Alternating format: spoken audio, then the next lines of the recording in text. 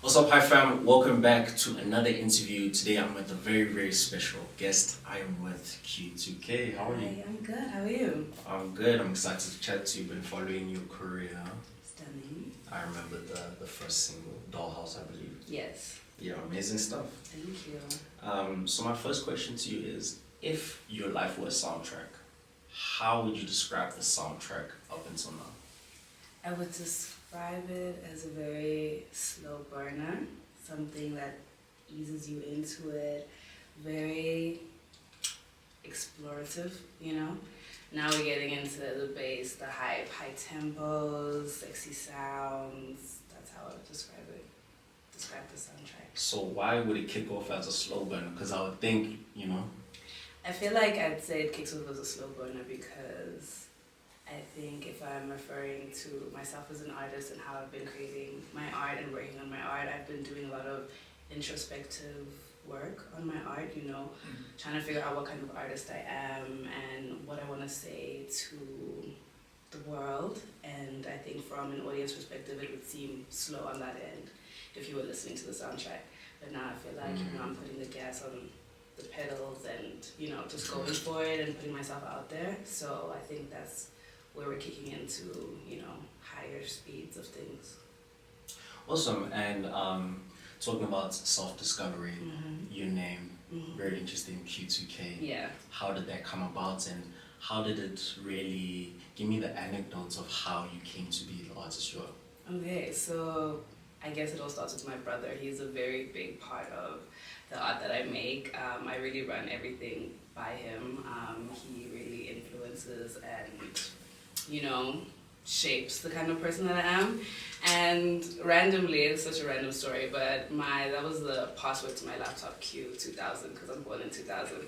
And at the time, I was trying to find a stage name, and he was using my laptop, and he was like, yo, what's your password again? And I told him, and he was like, dude, this should be your name.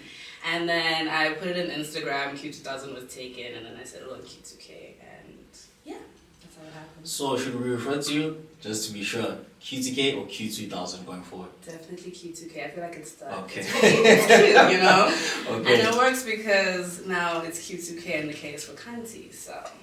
What does that mean? Being Kanti means embodying an attitude of knowing yourself, not feeling that you're better than anybody. It comes from ballroom culture, ballroom language. Basically being the realist version of yourself, in essence. That's amazing. That's real meaning in a name. So artists can be inspired by various things. People, places, things are the lowest hanging fruit to describe it. Can you give me the people, places, or things, or all together that have inspired you to be on this creative journey that you're on right now? I think definitely a place that informs my art is anywhere where people are celebrating and expressing themselves without inhibition. I think of places like the underground ballroom scene, the underground party scene in Joburg and Bram, in Cape Town, where queer life is celebrated. I think of places like Bergheim in Germany, places with like a real deep techno-rich culture. And when it comes to people, I think I also have to talk about my influences as a South African artist and South African artist who dabbles in bubblegum music. I would definitely say Louis Matosa, Boom Shaka as a whole. Those are people who definitely influence the kind of art that I make. I feel like people don't realize how much Kwaito and techno and dance and pop have such a through line through them, It's just, I feel like it's a tempo change, a BPM change, but those genres are very alike. They fall under the same umbrella. So I would say people like Matosa and Boom Shaka and things, having a good time, anything hot and sexy. I love that answer. So, as I said when you arrived, I was like, wow, you look amazing. You definitely strike me as someone who's creatively expressive, not just through music. So, what do you credit that to? Where does it come from? I think how I grew up. My mom is she's a very open person. Anything that I wanted to try, she was like, do it. So I think I credit that to my mom and her being so open to all my crazy creative projects. And if it fails, she's like, okay, babe, what's next? You know, so I feel like she had that energy to just be like, do whatever, don't box yourself. So I would definitely say my mom and the way she raised me.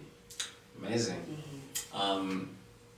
I want to switch gears into the music a little bit. Let's do it. Let's do it. Divine Mojo out, please stream. Or you and all.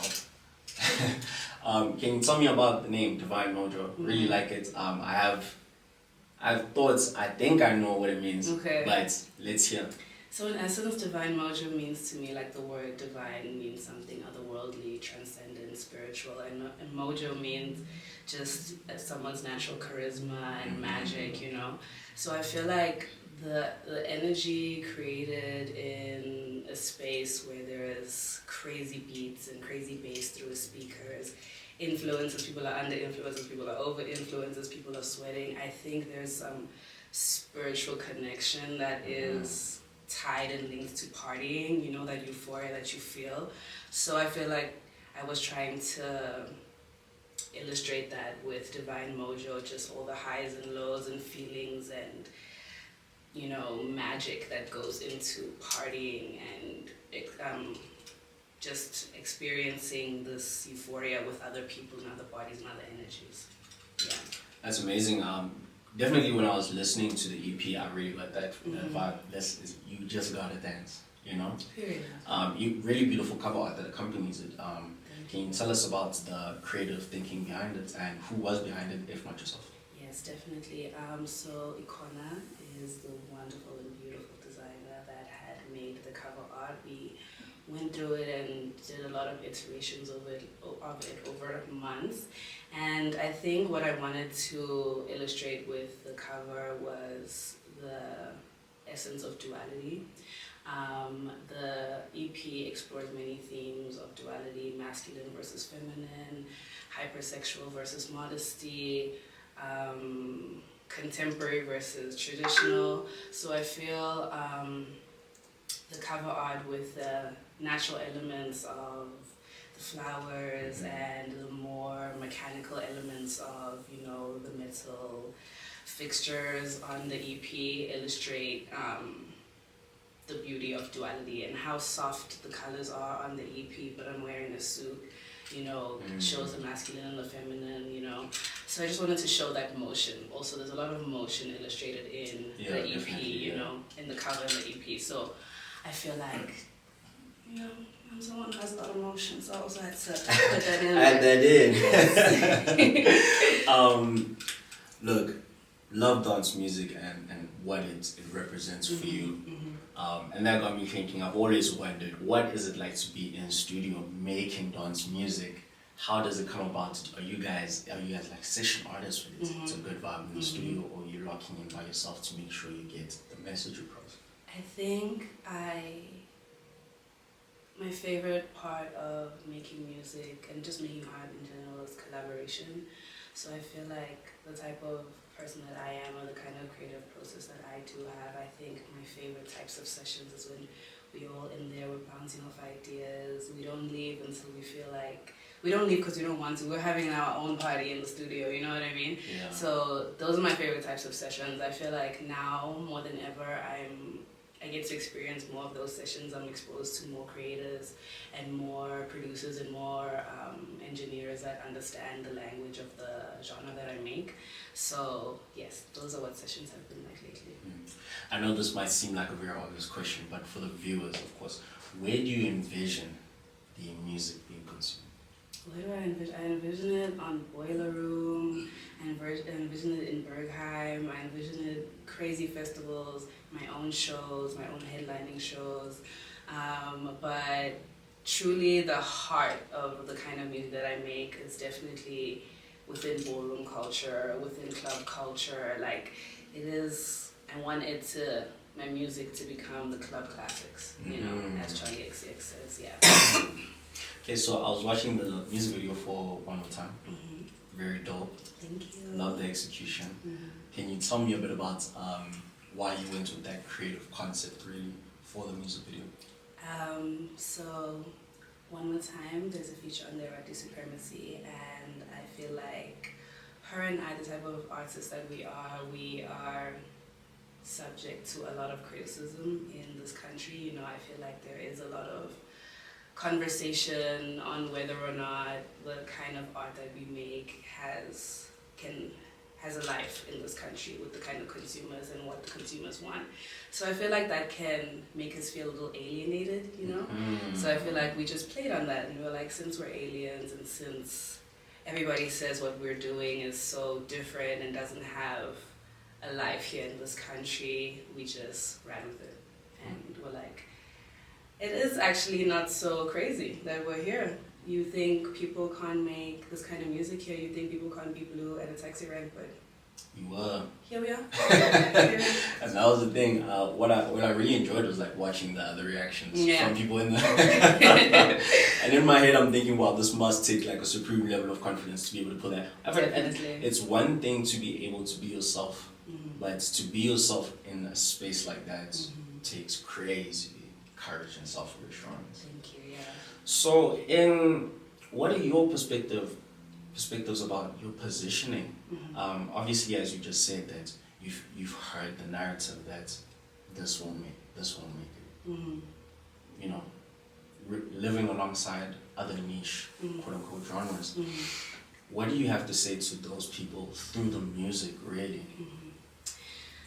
Well, what I have to say through the music, the only thing that I can say is not to stop making the music. You know, first and foremost, I'm an artist and I am born to create. I have a divine energy and a divine calling working through me to make what I make. And it may change. I am a multifaceted person and I will see myself in many facets of my creativity. But I am doing what I'm doing for myself and for the people that are aligned with the kind of art that I make. And there is a large group of people who see themselves through the music that I make. There's a large queer community, there's a large alternative community in the youth of this country that are not being represented. So I feel like anything, it just takes time, it takes the right people, and it takes the courage, which I think I have and possess. Would you, if you were to describe the ideals of someone that follows Q2K and consumes the music, what would you say is like the top ideals of such a person that consumes the music? You definitely have to be cunty. That's like number one. You have to be a pun as diva, mama. Yeah. And you just have to be yourself and be alternative. And whatever branch or category you fall into, just being unapologetically yourself is like number two. Being unapologetic for sure. And number three, you just love to party. You know, you love to party. You love to do whatever makes you happy. Just be a person who has duality. Yeah. And speaking to artists, they always say that, you know, songs are like their babies. They love them all equally. But we know sometimes there's a fave. Definitely. If I were to play someone a song, someone said, yo, put me on to Q2K, any song, which one would you want me to reach to first? I would definitely say, I would ask you first who you're playing it for. Because I feel like I have different babies for different things. You know, my one baby likes to play soccer, my one baby is in choir, you know, we have to like, they have their own little vibes. Yeah, but to answer your question, I would say Dollhouse. Dollhouse? Why Dollhouse? Dollhouse, I feel like was the first time I created without inhibition. I feel like it really catapulted me into stop limiting myself as a creator, you know what I mean? And I feel like it's amazing to believe in yourself, it's amazing to have courage and all of that, but like that validation that I got from Dollhouse really helped me as an artist. You know, I had people who don't listen to my genre, because not many people who listen to my genre tell me it, like they would come to me and be like, do you wanna? And I'd be like, yes, it's me. Yeah. So yeah, I really, the validation I got from Dollhouse was like super tea, and I really love making that baby. Would you consider yourself to be a quote unquote new artist? Have you? I would say yes. I would say I feel like the way I'm emerging into the scene is still in its developmental stage, but I did take a break for like a year from music, but that was to do what I told you I was doing. You know, I was doing that introspection. Introspection, slow burner. But yeah, I would say I'm still doing what I was. I only ask because from the music, it sounds like from a development point of view, you're quite far forward, way ahead of someone in the infancy of your career. How is it that you manage to have something so polished on all touch points? You know, the cover, the name, the title of the EP, the themes. That's complete art. That's album artist sort of executions. Tell me about how it is that you managed to curate this world so well and bring it to life. First of all, thank you so much. It's a great question. I think it's because I really live, eat, breathe what I'm doing. It is the music that I listen to on a daily basis from other artists. It is the kind of movies I watch. It is what I like to do for fun. It's how I do my makeup. It's who I talk to. It's what me and my friends are talking about. It's about, you know, what makeup we're doing, whatever. I really am immersed in the culture that I have put myself in, you know. And yeah, I think this has been my dream for the longest time. So I feel like maybe, like I said, from an outside perspective, it does seem very new, but I've been wanting to say everything that I'm saying right now for a very long time. You put in 1,000 hours. That's why you came out this nice. Period. Okay, so on the EP, you have 2 features. I'm worldwide, super talented. Right, the Supremacy, super talented. How do you settle on those features? I wanted to definitely add a South African element to the EP. Naturally, so I felt like who is a queer icon in the country and also can bring me that South African flavor. That's how I settled on Gamo Worldwide, and we've been in studio. We did something on their EP called Pose. That is like one of my favorite songs, like tap in. But yeah, I just really needed that South African flavor, and I felt like Gamo was perfect for it. Rightly Supremacy, that is like my favorite person to collaborate with. Like, we literally share hearts, so I had to do something with her. And actually, we do have something on the way for something that she's working on, so I'm very excited about that also. Are you allowed to say? Yeah, definitely. Oh, give us the exclusive then. I can't say. Give us the exclusives. Yes. What are you guys working on? We're working on something that also has a lot of South African flavor, something very fun. Rati is heading this song with amazing bars. But yeah, it's gonna come out soon. The visuals are gonna be very sexy, very cute, very yummy, and I'm very excited.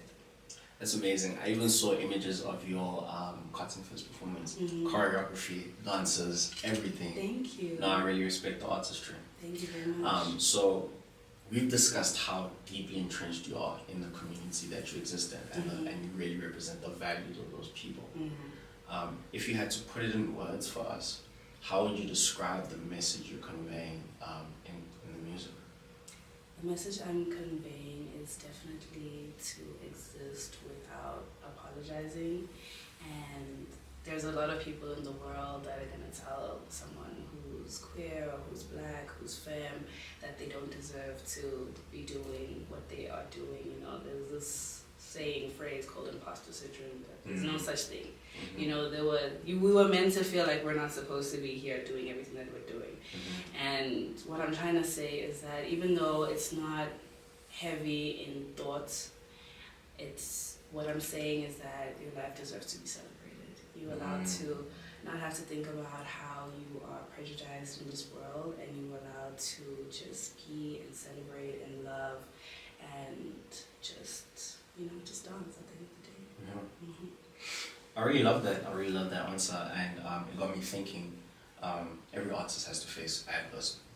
Some points, every human being, not artist, every human being faces adversity. What was some of the adversity, and this can be your pick, in either your personal life that you were proud that you overcame, or in your professional career as an artist that you overcame? You know, when you had asked me about how sessions have been and how it is in sessions, and I told you that like now more than ever I've been enjoying my studio sessions more, is because leading up to creating and also what also led to the fact that I took such a long break was because I couldn't find a community of people who make the music that I make and understand the language that I am, you know, speaking with the genre that I'm doing. So studio sessions and finding producers that align with me was a very big hurdle that I had to overcome, and not feeling valued or heard in studio sessions. And I feel like being a producer is a very male-dominated, you know, scene. So being able to get in a studio with people that understand that I'm making this music for the kids and the girls, you know, and we're trying to pump it and serve fun. And then you don't understand when I say, can we make the beat cunty? They're like, what does that mean? So I feel like just feeling validated in studio sessions, which is like the core and the heart of making music, is to actually make the music, you know. Like I have all of these ideas for visuals and how I want to look, but making the music is the most difficult part, and you know, so that was like the biggest hurdle that I had to overcome. Yeah. So you say you've found your tribe? I definitely think, yeah, I definitely feel like I have found my tribe. I don't know if I'm wrong in saying, but I don't know who else makes the genre of music that I make in the country, which is like so scary because, you know, people who are part of big genres like hip hop and amapiano, they have so much option to collaborate, and they have their subgenres and all of this to go into and like feed off each other and help with the marketing aspects of everything and all of that. But I think the genre that I'm embarking on is super, super, super, super niche, which I am not afraid of. I feel like I want to stay true to myself, but in order to make the music, it does make things like quite difficult. I hope you'll take this question the right way. How does it feel to be someone that is pioneering, you know, forging a path for others to be able to follow? Yeah, it definitely feels insane at times. It feels, because I need to validate myself and be like, a lot of people aren't going to get this, but I know this is good, you know. A lot of the times when people are telling me things are good, I'm just like, sometimes I don't trust where it's coming from, because you don't really listen to this music. Like, why are you saying that it's good? You know, I also need that level of like expertise sometimes, because I'm also, as you say, emerging new to the industry, you know. But I am taking it head on. I think I want to pioneer it and also see the fruits of my labor. Absolutely. So I don't want to remember that they started this, you know, let's give them their flowers, like I'm here and I'm ready for the bouquet. You're here now. Sidebar. Blue. Is it a thing that you are part of the image, part of the rollout for? Yes, it's definitely part of the image in general. I just feel like blue is so iconic. When you think of like a cool ass bitch, and they have to put, like, if you think of like an anime, like who is the coolest anime person you know? They have blue hair or something, like something crazy. Something crazy, true. And my favorite movie is Scott Pilgrim versus the World. So this is also like a little nod to Ramona, you know? Yeah. That's amazing. You're quite well versed as a creative. Thank you. Taking inspiration from different places. Okay, cool. My final question to you is, what can we expect outside of the exclusive that you already gave us? I feel as though I have a hunch that there's a little bit more that you have going on for this year. Yeah, you're right. This year we have something that's coming very soon, is the Dollhouse music video. What else is coming? I'm working on a soundtrack for a short film also that's also coming out very soon, and I am also working on visuals for Becha. So we're doing a lot more visuals. Like, prepare to be sick of me. You're gonna be seeing me everywhere. Yes, a lot more visuals, a lot more music, also tapping into a more South African sound, but in a way that's very still true to me. Amazing. Thank you so much for your time. This was an awesome interview, and we definitely have to reconnect again once you drop about your work. I'm really excited to explore the thematic side, because you're someone that puts a lot of effort into that aspect of the music. But it's been a pleasure. Thank you. I had the best time. Shout out, hi fam. Thank you so much for tuning in. This is the Q2K interview. Till next time, cheers.